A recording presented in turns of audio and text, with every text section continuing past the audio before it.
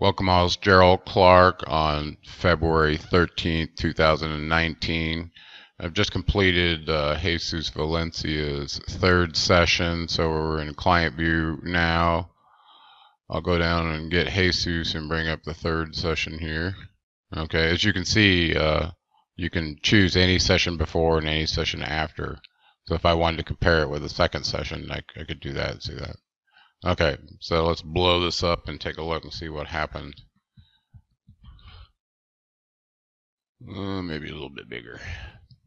So I'm hitting the control and the plus button to make it big like that. And now in order to peruse through the pictures, I can use the left and right arrow keys. So here's before. We're going to put our third hour glasses on. So let's look at them from the side first so we can get this little. So this line from the ear to the shoulder to the hip to the knee to the lateral malleoli is the lateral line that we're very interested in. You see this on structure charts all the time with the skeletons. So that's what we're working on today. And our range that we're working today is from the glenoid fossa here and the shoulder all the way down to the trochanter. And we could possibly go slightly lower on the trochanter, but I think we stayed in that range. So in essence, in this session, we're looking to align whatever needs to be aligned with this line on this line. So we position him on his side, left side, right side, and then put him on his back, do some neck work, pelvic lift, and do a little relating of the quadratus laborum, this muscle that let's turn him to the back. So you can see this little muscle right here that attaches to the top of your pelvis. So we do some relating of that to the adductors down here toward the end. Okay, so let's go back to the beginning, take a look. Okay, so there's before, after. He got a little taller and he came over on his line again. Okay, a lot of changes on the upper girdle where we would expect them, especially with a rhomboid. So I'd still like to see these shoulders come out quite a bit wider, especially this one. It looks like there's been some impact or something on this side that has probably moved this clavicle up where it's stuck at the manubrium, and it looks like it elevated high. That's bringing that up. But we're starting to get a little more symmetry here, so let's look at that one more time. Before, after. Yeah, you can definitely see a rise in the upper shoulder girdle. So in essence, we want the front to come up and the back to go down. So let's look at the hand position. Hand position looks pretty good. It's starting to get his legs underneath him finally. His line seems to be coming more in the middle, where the distance between his calf muscles relative to the vertical line is getting a little more symmetrical. His head came around over under the line too. You can see his head kind of came up and you really see it from the side. Now notice up in this vicinity and the shape of his face relative to this curve here and here in his neck. So we want to get a front, back, and two sides of the neck. So let's see what's happening here. Okay, so there's before. Now look at the shape of the face and how much higher the nose came up. Okay. So the whole relationship of the head and the upper girdle came closer to this line now. He is tilting his head slightly back, but his perception of what's level, what's horizontal, is related to the pelvis. So his perception of that and his feeling from his feet is what having established that. So we got some really nice change here. Big change in the location of the glenoid fossa here relative to the line. You can see we're way behind it here. As we come here, it almost comes slightly forward of the line. Let me see if the feet are okay. Yeah, so I had him make sure his feet were exactly the same, as you can see here. So he did a really good job making sure that was the case, so that you could distinguish what was changing relative to the line, not his body position. So that's really great. Okay, that whole hand position, arm position change. Looks like the weight of the legs came forward. The whole torso, or the whole pelvis, came forward.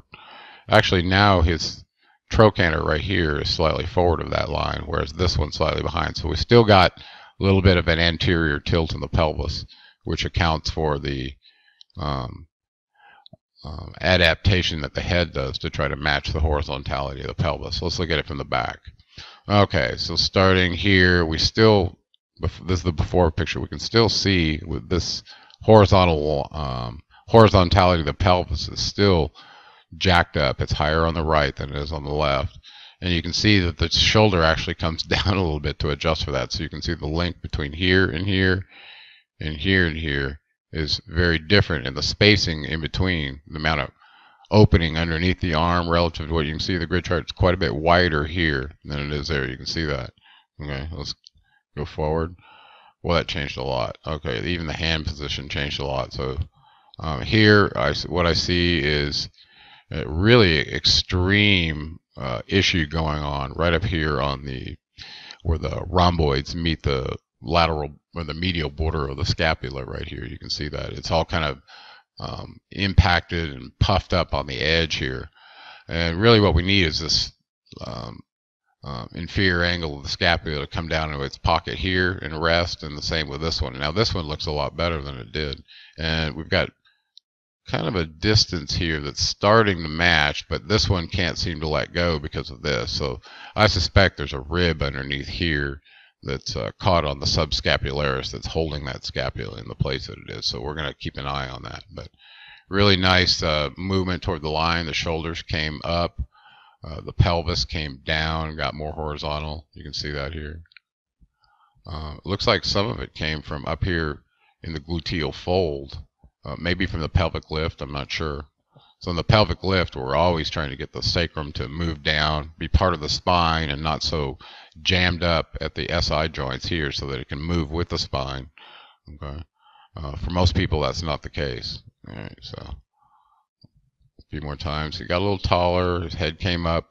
The horizontality of his ear slightly changed as this side changed, and I can see that now. So we got to get this relaxed, this one to come down some more, this foot in the ground a little bit better to bring this up, so it's more horizontal with this one all the time. So, but it's moving in the right direction. Let's see from this side if we got the same changes.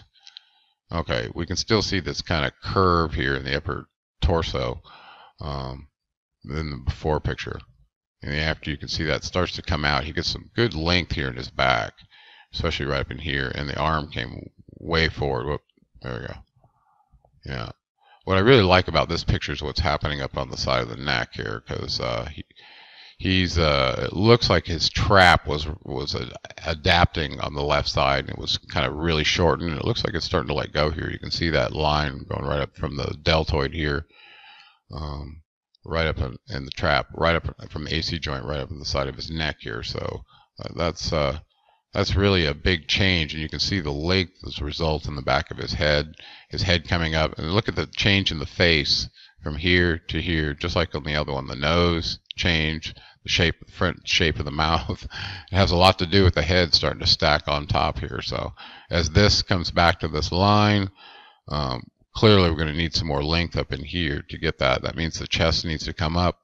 The back needs to come down. We got to get this sacrum moving down here. I can see we need quite a bit of length right in this region right here.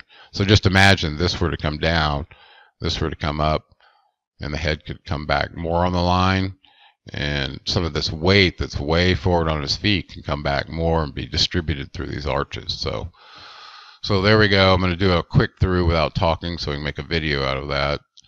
Just 5 times before and after so you guys can see it.